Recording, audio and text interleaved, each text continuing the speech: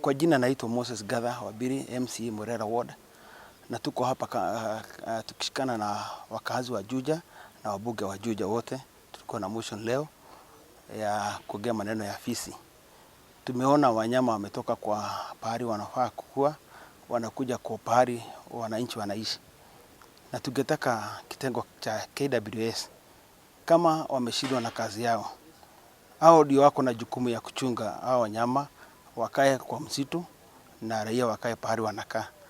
Tujue kama wameshindwa na wajue lazima walipe hao wamama, hao watu wote wa Witeithie, wa Juja wamepata hasara kwa hao wanyama, kwa sababu kuna watu wanakuja kulipa pesa ili waone hao wanyama. So sasa ile wanyama wanakuja kuharibu ama kuua watu, we demand for compensation for those people. Two, we want to know, na tungetaka kujua kama KWS imeshindwa na kazi yake katika Juja, na tujue itafanya namna gani. Ya pili, tungetaka kwa sababu hao ofisi wamejua sasa kukura watu, kukuwe na order ya shoot to kill for those the strayed animal zile wametokea kwa msitu pahali wanafaa kukaa, ili raia wa Juja wakae na amani. Naitwa Jeremiah Kiama, Magiikio, ndio mjumbe wa Juja. Mswada ambao tumeuleta leo unanuia kuhakikisha kwamba mkaaji wa Juja amenufaika kutoka kwa serikali gatuzi ya kaunti ya Kiambu.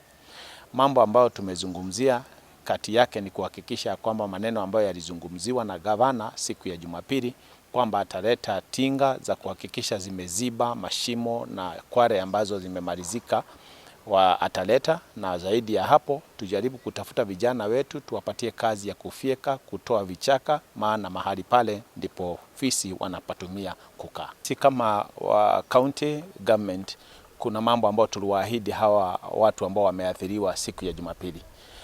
Najua gavana wetu amenuia kuhakikisha kwamba mazishi ya yule mama ambaye alituacha juzi ameshughulikiwa, na pia kama vile mwenzangu amezungumza, tunajaribu kuongelesha idara la wanyama wa pori ndio waweze kuangalia maneno na hata ya yule kijana ambaye alituacha ambaye ni mtoto wa mheshimiwa mwenzetu.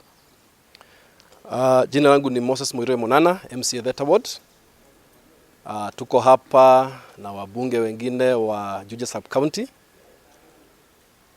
tukizungumzia shida ambayo imetukuba kule Juja Sub County pamoja na Thika Sub County ya fisi ambao wamekuwa wakivamia wakazi wa Juja. Katika muda wa miaka miwili tumeweza kupoteza watu wanaoelekea 20 kutokana na hawa fisi. Leo tu tumeweza kupitisha mswada ambao unaita ambao unanuia kuleta serikali ya county, kitengo cha polisi na pamoja na KWS ili tuweze kuwa na kikundi kimoja ama one team ambayo itakuwa inashughulikia hii mambo ya fisi ambao wanasubua wakazi wa Juja.